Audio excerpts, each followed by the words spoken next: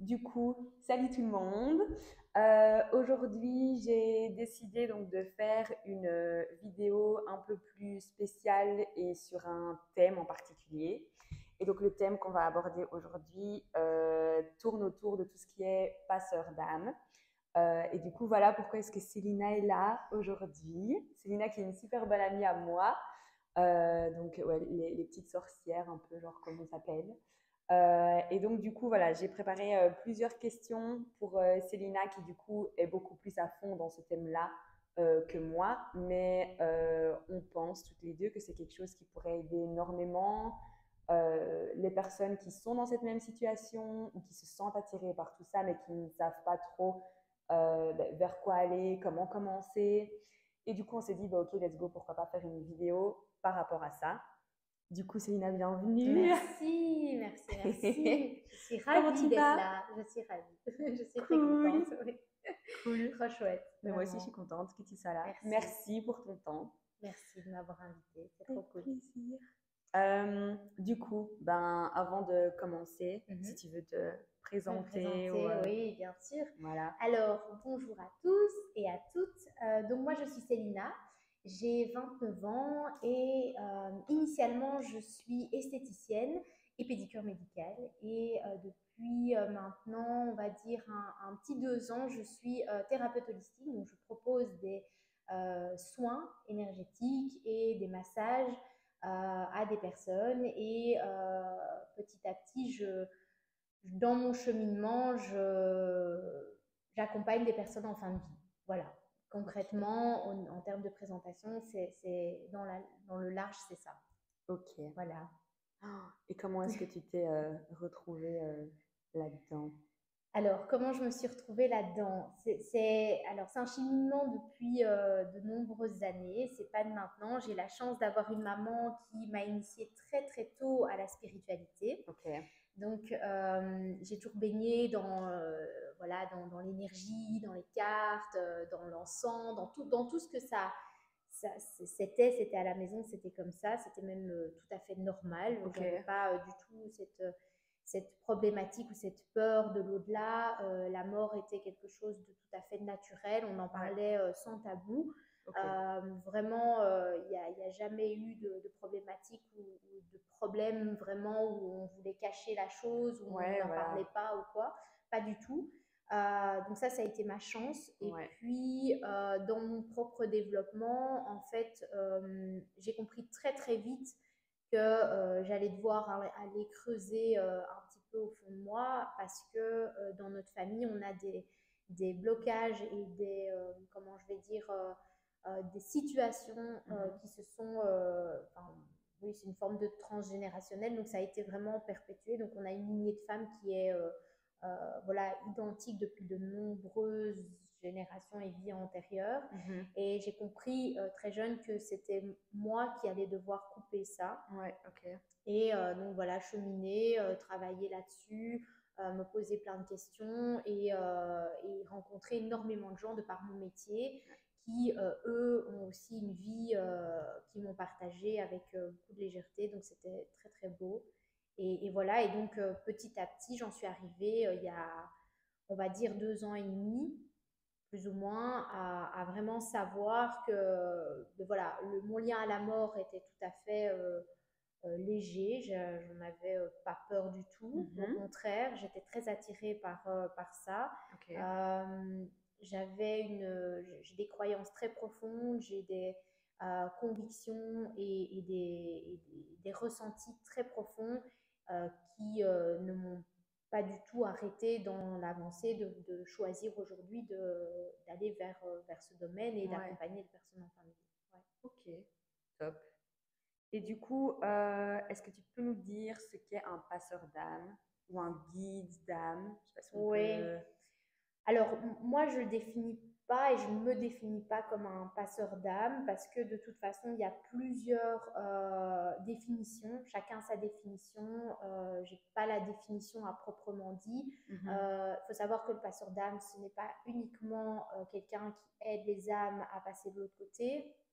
ok, Ouais, voilà, je le dis, Parce que c'est ce qu'on pense directement en ouais, fait. On se dit c'est clair. direct passeur d'âme, donc ok, allez, pour les personnes déjà décédées, les entités, etc.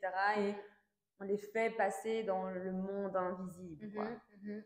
Ben, Et pas seulement. c'était ma croyance aussi à moi, hein. Donc, j'en avais tout à fait cette croyance. Je pensais vraiment que c'était tout à fait juste lié à ça. Je pensais qu'il fallait avoir des dons ou Ouais. voilà, avoir quelque chose qu'on reçoit à la naissance. Enfin voilà, j'étais très dans cette idée-là jusqu'au jour où j'ai lu un bouquin que j'ai pris avec et que je partagerai après, Ok. où j'ai lu en fait tout le cheminement de l'âme dès l'incarnation et à la décorporation et après voilà tout le processus qui m'a été clairement aidé par ce livre Mhm. et en fait où là j'ai compris que le passeur d'âme en fait au-delà de tout ce qu'on peut y penser certes sur la mort était en réalité ben, déjà premièrement un humain donc on est Ouais. vivant, on n'est pas entre deux mondes, on est bien là, et que le passeur d'âme, en fait, était un guide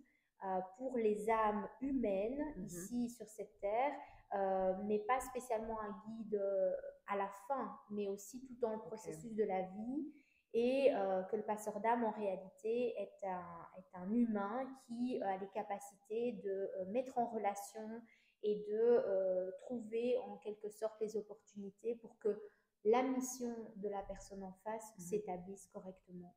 Ok. Donc, au-delà évidemment du lien avec la mort. Ok.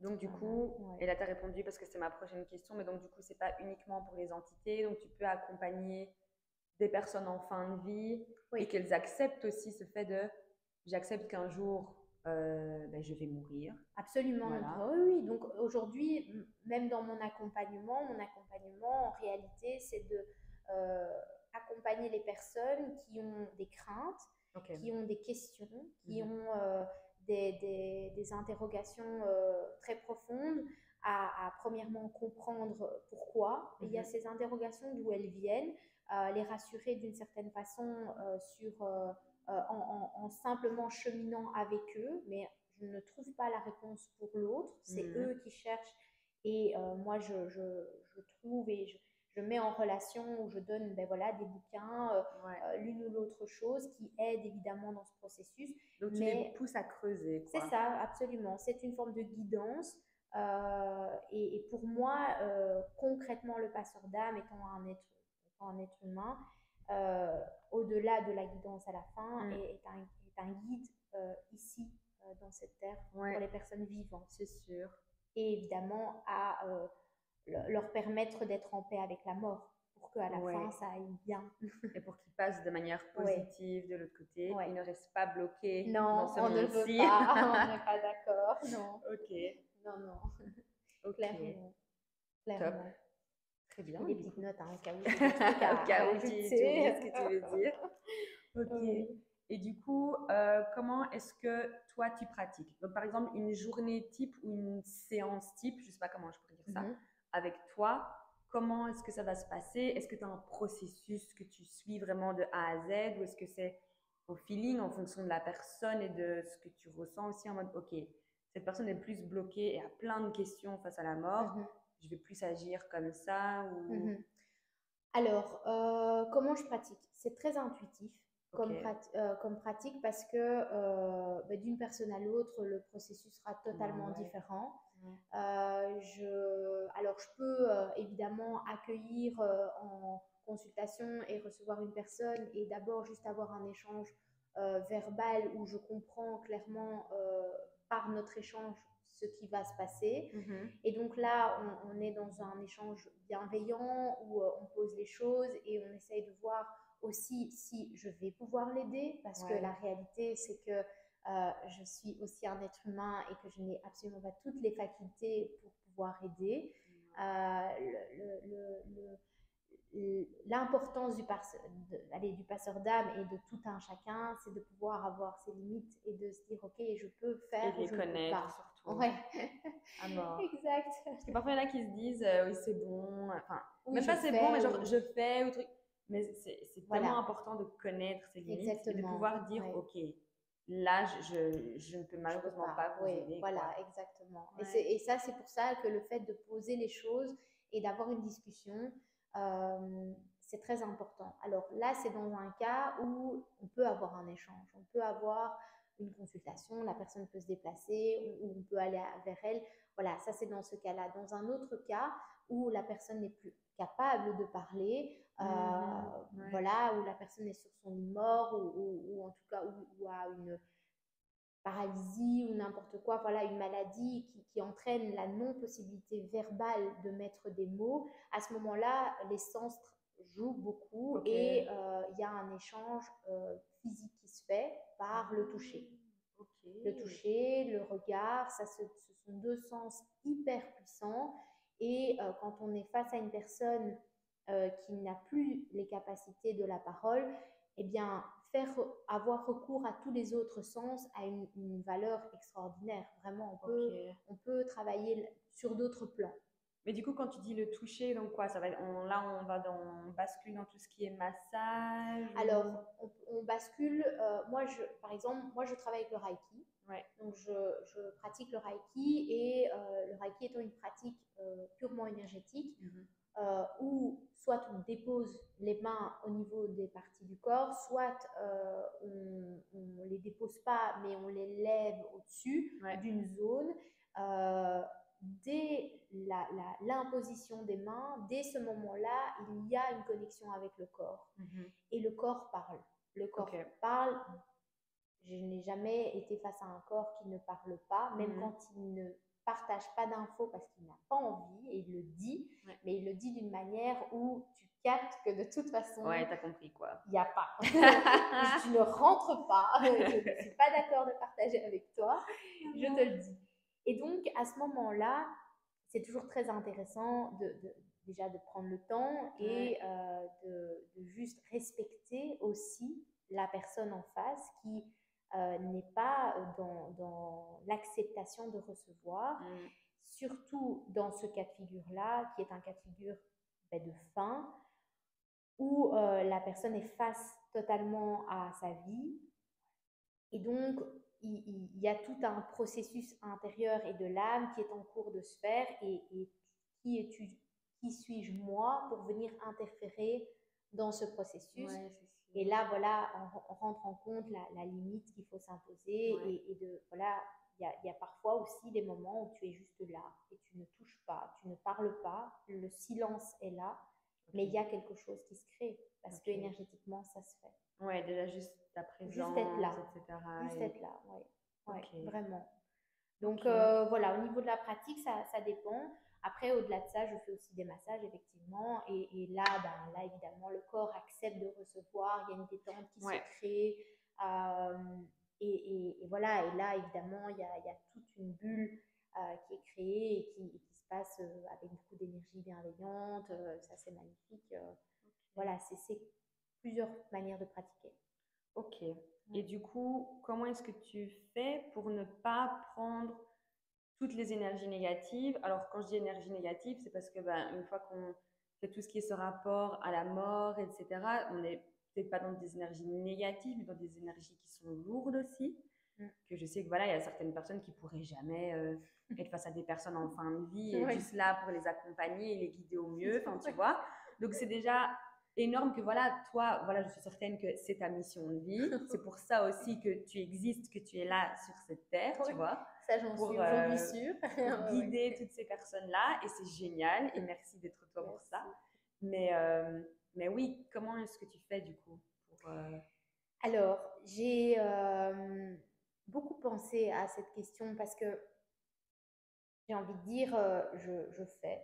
ouais, Euh, c'est comme ça c'est quoi. comme ça, Ouais. mais il y a des rituels autour qui aident évidemment et qui permettent de se protéger d'une certaine façon, même si je suis intimement convaincue que quand on est dans de la bienveillance, dans l'amour de soi, dans l'amour de l'autre, euh, qu'on est entouré d'énergie, Mhm. voilà, on peut l'appeler énergie comme on veut, positive, blanche, voilà, eh Ouais. bien, autour de nous, il y a une espèce de protection qui se crée. Euh, je pense que, alors, c'est un peu de tout ça. C'est de la méditation. Ça m'aide énormément à me Ok. protéger, à ressentir et à visualiser cette bulle de protection qui est là. Et en fait, avant tout, ce qui me permet de ne pas être pris d'énergie négative, c'est de me respecter et de mettre mes limites, de Ouais. poser mes limites et de, face à une personne qui est en souffrance, qui est en demande, voilà, en posant ses limites et en sachant vraiment ce qu'on est capable de faire et ce qu'on n'est pas capable de faire, en fait, chacun retrouve sa juste place et Ok. chacun reste à sa place. Ouais. Et donc, l'énergie négative, entre guillemets, bien évidemment, qui est envoyée, va être reçue, mais elle ne va pas être prise. Parce que, pour ma part, évidemment, et comme tu l'as très bien dit, la mort étant un sujet lourd, Ouais. voilà, les gens enfin, je ne fais pas une généralité, mais ça reste quand même dans notre société quelque chose de tabou, de vu comme quelque chose de difficile, de triste. On perd quelqu'un, on a voilà, et tout ça, je ne le remets pas du tout en cause.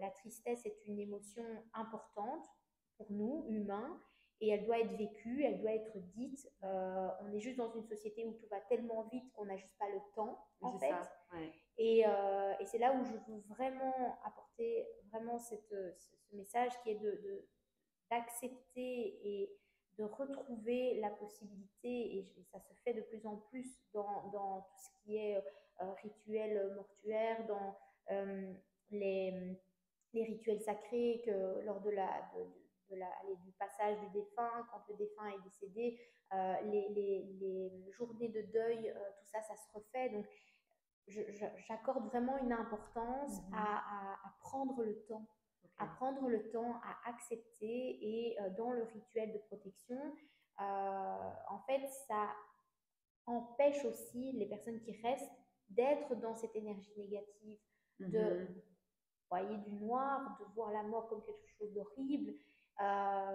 Ça apaise vraiment les cœurs, de mettre des rituels et de prendre le temps. Vraiment, Ouais. vraiment, vraiment. Donc, pour ma part, au niveau de la protection, ben oui, méditation, cercle de parole, ça m'aide énormément Ok. à libérer la voix quand il y a quelque chose de lourd qui est resté, pour pas que je me l'approprie. Et alors, des outils que j'utilise, la sauge, Ok. les cristaux, enfin, voilà, pour moi, c'est quelque chose qui vibre très fort. Est-ce qu'il y en a certains en particulier que tu peux conseiller ou... Mais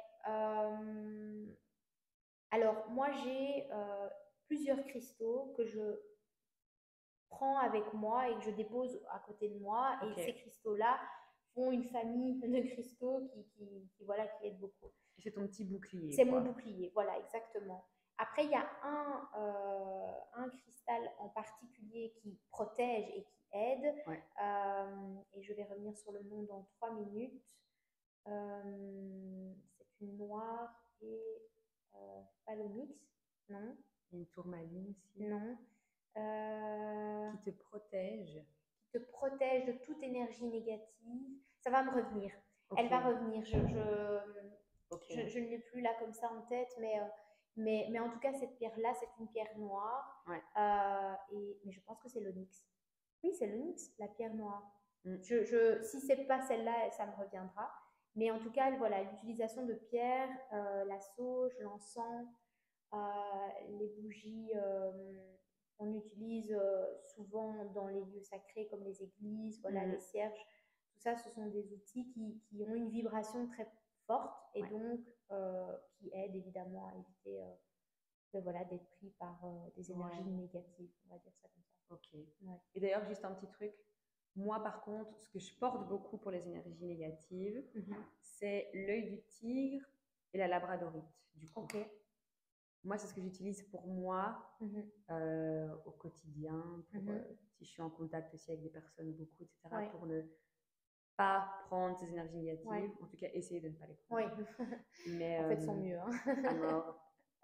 Mais En ouais. fait, son mieux. Bah oui, bah, tu vois, je pense que chacun doit trouver ces outils. Ouais. Euh, Mais c'est vraiment ça, parce que je pense qu'il y a Vraiment. vraiment les outils de base, donc vraiment Oui, genre Sauge, Palo Santo, oui, blablabla. oui, oui.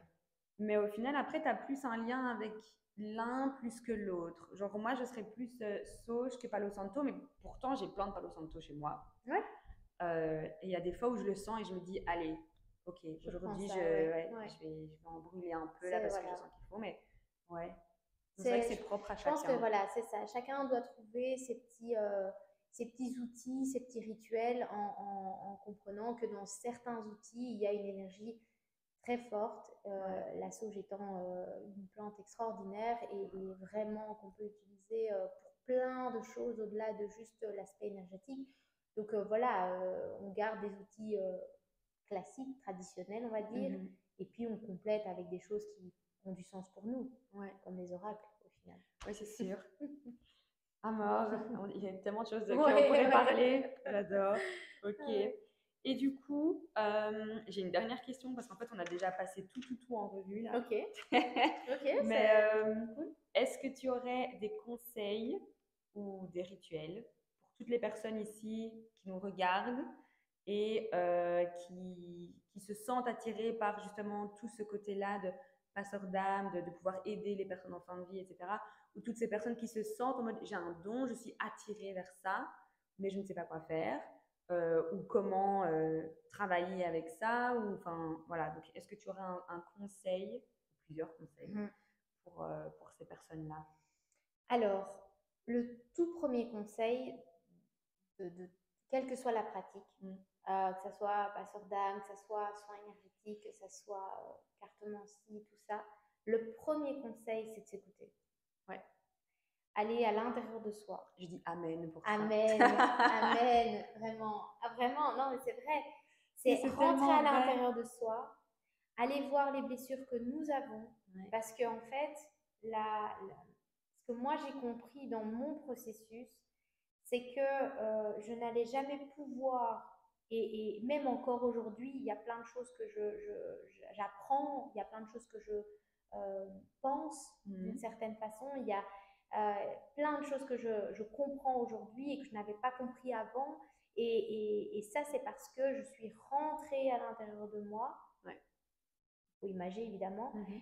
et que j'ai compris mes mécanismes, mes ancêtres, mes parents, mon lien avec mes parents, mon incarnation, mes choix d'incarnation. J'ai aussi cherché mes vies antérieures pour pouvoir comprendre mes mécanismes aujourd'hui. Et en fait, tout ce cheminement a fait qu'aujourd'hui, je peux dire, alors je ne suis pas parfaite, j'apprends encore et j'apprendrai jusqu'à la fin de ma vie ici, heureusement. Mais mon premier conseil, c'est vraiment de s'écouter, de prendre conscience de qui on est et de faire les choses parce que vibratoirement et dans les tripes, ça vibre. Ouais. Pas parce que c'est la mode ou parce qu'on on sent, voilà. Alors, les intuitions, tout le monde les a. Ouais. C'est pas c'est pas un don. Non. Tout le monde a des intuitions. Ouais. Quand on rentre dans une pièce et qu'on dit, voilà, cette personne, je la sens pas trop, c'est ça. Ouais. C'est clairement ça. Donc, on a tous ces capacités-là de ressentir niveau intuitif. Ouais. Donc, à mon sens, on est tous capables de procurer des soins. Ah, oui, c'est sûr. Pour autant qu'on ait deux critères. Le premier critère pardon, c'est l'empathie. Il faut avoir cette capacité-là d'empathie. C'est très important. Ouais. Parce que voilà, se mettre à la place de l'autre, ben, faut savoir le faire. Pas toujours. Voilà. Et alors, le deuxième critère, à mon sens, qui est très important dans la pratique, c'est d'arriver à écouter. Donc, l'écoute active, sans couper. Ça m'est arrivé plein de fois. Je suis la première à l'avoir expérimenté, mais l'écoute active, vraiment, j'écoute une personne totalement, sans la couper, sans avoir une pensée qui va de l'autre côté, sans penser à sa machine à laver qu'on a oublié de mettre. Oui, c'est ça, alors tu es là. Voilà, là, dans l'écoute active et dans l'écoute de l'autre, Et ça, c'est vraiment les deux choses qui, pour moi, sont essentielles pour pouvoir aujourd'hui dire, bah, OK, je veux me lancer dans l'énergétique, je veux procurer des soins ou faire ce genre de choses. Mm.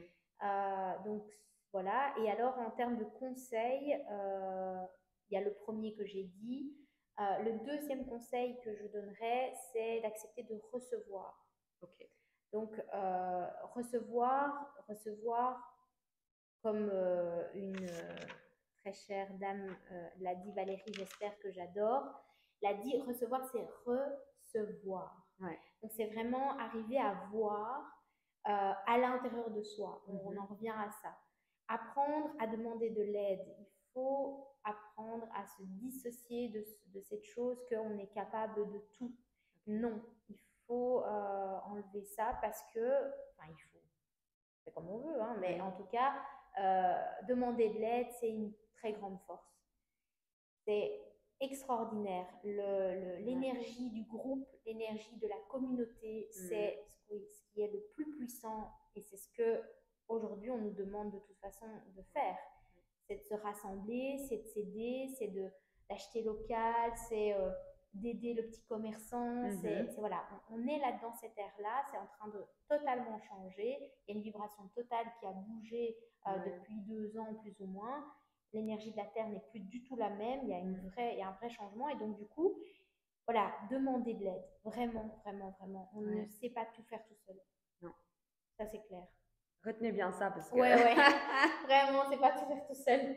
Mais on sait faire, mais pas tout seul, pas tout seul. Mais ça, il faut pouvoir accepter ça. Pour certaines personnes, c'est tellement dur de dire oh, je dois demander de l'aide. Je ne suis pas. Si, je suis une superwoman, mais j'ai le droit d'avoir des faiblesses et d'avoir besoin d'aide. Et accepter ça. Et se dire, en fait, comme tu dis, mais les faiblesses n'est pas en lien avec la demande de l'aide. Tu peux être forte, tu peux être hyper indépendant, tu peux, voilà, tu peux être une super thérapeute qui cartonne dans ce que tu fais et te retrouver face à une situation où en fait, tu n'en sais rien. Et tout simplement, ça ne fait pas de toi quelqu'un de moins fort, de moins... Non, juste à ce moment-là, à cet instant T, tu n'as pas les capacités de répondre à la demande et tu ne te prends pas je sais pas quoi. Non, niveau structure, c'est très important et la personne en face le ressent d'office, d'office, d'office. Et toi-même aussi. Donc voilà. Et du coup, un autre conseil que j'avais noté aussi, c'est de faire, donc pour les personnes qui ressentent ou qui ont cette approche de la mort identique à la mienne, qui est légère et non noire, qui pensent que, en tout cas, la mort est quelque chose qui les attire. Moi, je conseillerais vraiment de pratiquer les méditations sur l'ancrage parce que le passeur d'âme, le guide, on l'appelle comme on veut, évidemment, est un être humain qui, qui a des millions d'idées, qui fait plein de choses, qui crée plein de trucs dans tous les sens et qui parfois a du mal à s'ancrer. Parce que c'est tellement plus chouette d'être ailleurs que sur la Terre, parce que c'est tellement plus gai de donner et de partager avec des personnes qui vibrent à la même vibration, qui croient aux mêmes choses, parce que c'est tellement gai d'être dans les airs plutôt que sur Terre, que l'ancrage, c'est quelque chose qu'il faut vraiment, vraiment, vraiment travailler pour apprendre à être là, parce qu'on est des êtres humains. Et que humainement, c'est ce qu'il faut faire. Donc après, si on veut aller ailleurs, on va ailleurs. Mais dans cette vie-ci, malheureusement pour moi, et j'aimerais bien des fois. Mais voilà, la méditation sur l'ancrage, c'est un très beau, c'est quelque chose qui aide beaucoup et prendre soin de soi. Voilà. Ok. Donc là, tu as donné 4 conseils en tout, je crois. Oui, Si tu peux faire juste un récap des 4. Donc accepter de recevoir. apprendre à demander de l'aide, Oui, regarder à l'intérieur de soi, oui. donc apprendre à se connaître, apprendre toutes nos peurs, tous nos schémas familiaux, voilà, apprendre notre histoire en fait Mhm. avant de commencer à se lancer dans une pratique Ouais. professionnelle ou autre que, voilà, il ne faut pas spécialement avoir l'envie d'en faire son métier, mais en tout cas, Mhm. dans tous les cas, à partir du moment où on souhaite donner des soins et accompagner physiquement, il faut d'abord se soigner soi Oui, et c'est se sûr, connaître soi. c'est sûr. La méditation sur l'ancrage Oui, et prendre soin de soi. Donc quand ok. je dis prendre soin de soi, c'est s'autoriser et s'octroyer des moments pour soi aussi, Mhm. de lâcher prise, de n'importe quoi, aussi des soins énergétiques, des retraites, voilà, des moments entourés, des cercles de parole, des cercles de femmes. Tout Mhm. ça ce sont des moments qu'on s'octroie et qui permettent de recharger les batteries pour continuer à faire Ouais, et à cheminer. ok. Avant de te dire au revoir et de se dire merci Oui, encore une fois, est-ce que tu veux partager plus d'infos sur ton livre ou oui. en tout cas, je sais pas, je mettrai le lien du Ok, coup avec plaisir. dans la vidéo et Mhm. je donnerai aussi toutes tes infos, que ce soit ton Instagram, Merci. etc. Merci. Euh, mais donc du coup, ce livre, Mhm. c'est Alors, Passeur c'est un livre d'âme. de Raymond de Lafeuille. Donc, c'est vraiment, on voit le voyage de l'âme en 7 étapes. Ok. Alors, c'est un auteur qui a fait énormément de bouquins sur ben voilà, l'énergie et tout ça. Pour ce livre, en tout cas, c'est un livre qui parle des étapes le plus concrètement possible sur les étapes de l'âme avant l'incarnation, pendant l'incarnation, pendant le processus de la vie, à la fin de cette vie-ci et après donc, dans les différents plans énergétiques. Ok. Et donc, pour ma part, je dirais que c'est un peu la synthèse de la compréhension de l'âme dans l'incarnation et dans la désincarnation Ok. ici et maintenant. Donc c'est un livre qui m'a énormément aidé. Ça a été mon premier, au-delà évidemment de tout le développement personnel que j'avais fait avant, Mhm. ça a été vraiment la première clé pour accepter réellement la mort. Ok. Donc voilà, donc ça m'a aidé à moi. Ok. Donc voilà, Donc peut-être je que ça partage. aidera Oui, certains ou certaines d'entre voilà, vous du coup. voilà, voilà. Ok. Super. Merci. Merci Avec beaucoup plaisir. pour Merci. ton Merci temps, à vous. pour toutes Merci. ces informations. Oui, avec plaisir. J'espère que ça va aider du coup Merci. beaucoup d'entre vous. Merci d'avoir pris le temps, d'avoir regardé cette vidéo. Oui. Donc comme je l'ai dit, je partagerai toutes les infos de Célina dans la description de la vidéo. Je vous mettrai aussi du coup le lien avec toutes les informations donc, sur le livre. Mhm. Euh, et je pense que c'est tout ce que je dois Pour ta partager part. avec vous. Du coup, Merci. voilà. Aussi, n'hésitez pas à commenter parce qu'on va regarder Oui, tous vos petits commentaires. Si vous avez des effectivement. questions Ouais. à poser à Célina, Mhm. voilà, elle sera là pour vous, pourrez vous répondre aussi. Oui. Si vous avez des histoires ou des choses à partager, ou si vous êtes aussi justement là-dedans dans tout ce qui est passeur d'âme, etc., ben, partagez parce que Ouais. du coup, enfin, vous savez que moi, en tout cas, j'adore savoir tout ce qui se passe et lire vos commentaires, etc. Donc, n'hésitez pas à commenter et on répondra avec plaisir. L'esprit de la communauté avant tout. À mort, exactement. Et si vous justement connaissez des personnes qui sont là-dedans, qui sont intéressées par tout ça, ben, n'hésitez pas du coup à partager cette vidéo avec toutes ces personnes-là. Prenez évidemment ce qui vibre en vous à chaque fois, toutes les informations qui ont vraiment vibré chez vous. Mhm. Prenez ça, prenez ces informations. Et bon, on vous fait plein de gros bisous et à bientôt. À bientôt. Salut! Salut.